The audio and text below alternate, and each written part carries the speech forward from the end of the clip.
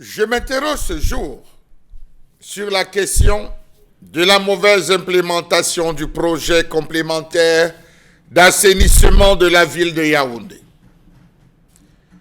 Les pluies qui s'abattent dans la ville de Yaoundé en cette saison de pluie ont remis au goût du jour la problématique des inondations.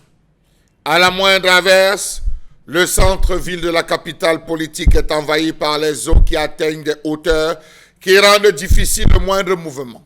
Tenez par exemple, au mois de juillet, on a vu un jeune plongeant en pleine avenue Kennedy et nageant tranquillement dans les eaux, comme si c'était un lac ou mieux encore un bassin de retenue. Le phénomène n'est pas nouveau. Il bénéficie d'ailleurs de l'attention particulière du gouvernement qui, pour y remédier, a opté pour la construction de drains de part et d'autre de la ville. Mais, question, pourquoi les inondations persistent-ils à Yaoundé et dans le centre-ville de Yaoundé? Des milliards ont été mobilisés pour construire un canal devant augmenter la capacité de drainage des eaux du Foundi et de ses affluents. Au moment où ce projet tire vers la fin, la capitale du Cameroun, chaque fois qu'il pleut abondamment, se retrouve encore dans les eaux. Pourquoi donc? Nonobstant des projets mis en œuvre, Yaoundé continue à être mis sous les eaux, à être sous les eaux. Depuis 2005, le gouvernement camerounais a décidé d'œuvrer à limiter les inondations et leur impact sur les conditions socio-économiques dans la capitale. Grâce à des financements de la Banque africaine de développement, de l'Agence française de développement et du Fonds pour l'environnement mondial, des choses, nous a-t-on dit, ont été faites pour que Yaoundé vive. En 2009, on se rappelle que Claubert Tchatat, alors ministre du Développement urbain, avait lancé un projet pour éviter ces inondations. Et le projet consistait à la création du canal du Foundi, aval et de 3 dégrilleurs à Yaoundé. À la SCDP, les travaux étaient en cours, il fallait donc ouvrir littéralement. Sauf que le travail a commencé. Après la première goutte de pluie, la maison de la femme, la maison des jeunes, restaurant, toute cette partie jusqu'à Kennedy encore était sous le eau. On se retrouve donc avec ceci, que décidément c'est la malédiction pour Yaoundé. Quel est le problème qui fait en sorte qu'on se retrouve sous les eaux de ce côté de Yaoundé? De l'avenue des rivières Djongolo à l'avenue Kennedy et Mingwa, longeant la voirie municipale, toute cette partie sous les eaux.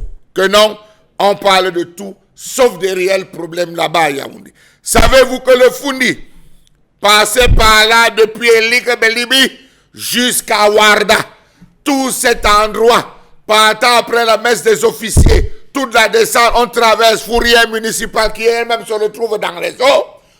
On retrouve ces mêmes eaux après la poste centrale, boulevard du 20 mai, Hilton, avenue Kennedy, c'est la totale.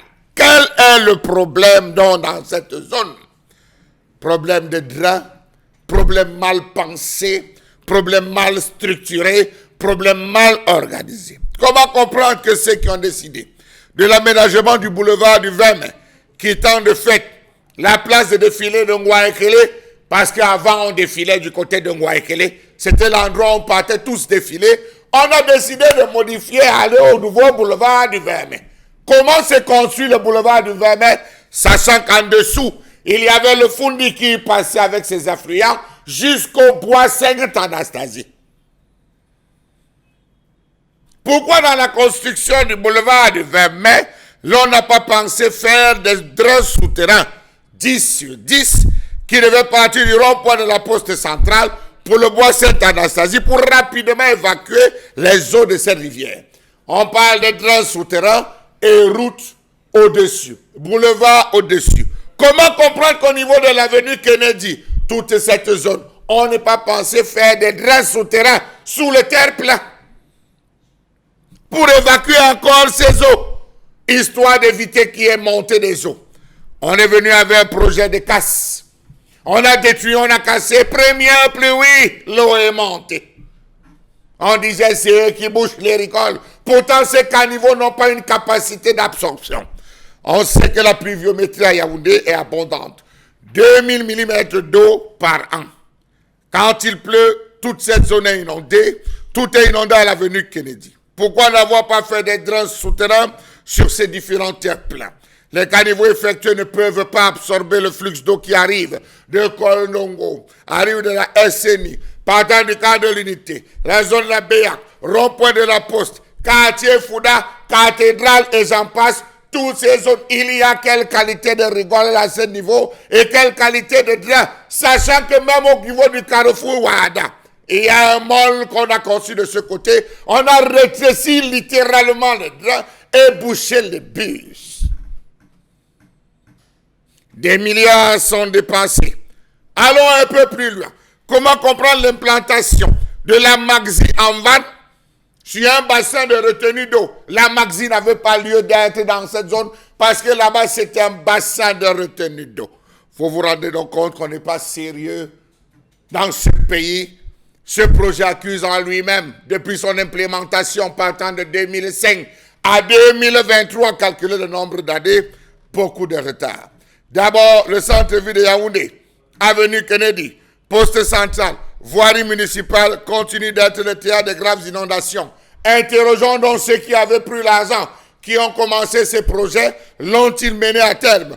Pourquoi ne peut-on pas marquer un temps d'arrêt, fermer toutes ces taxes partant du mess des officiers jusqu'après le carrefour Ouarda pour faire un drain souterrain et refaire ce boulevard du 20 mai? On déshabille Pierre pour habiller Paul.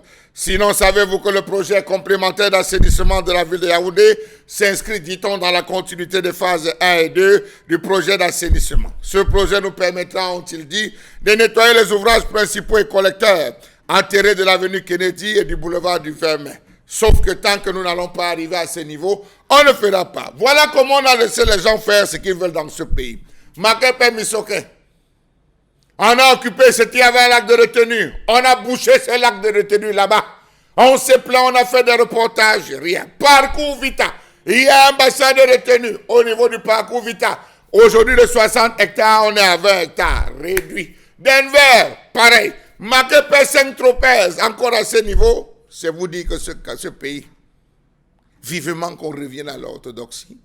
Vivement qu'on décide de réorganiser. Pendant ce temps, Yaoundé, le maire de la ville nous informe qu'il va créer 2 grands bassins, 2 grands lacs de retenue d'eau.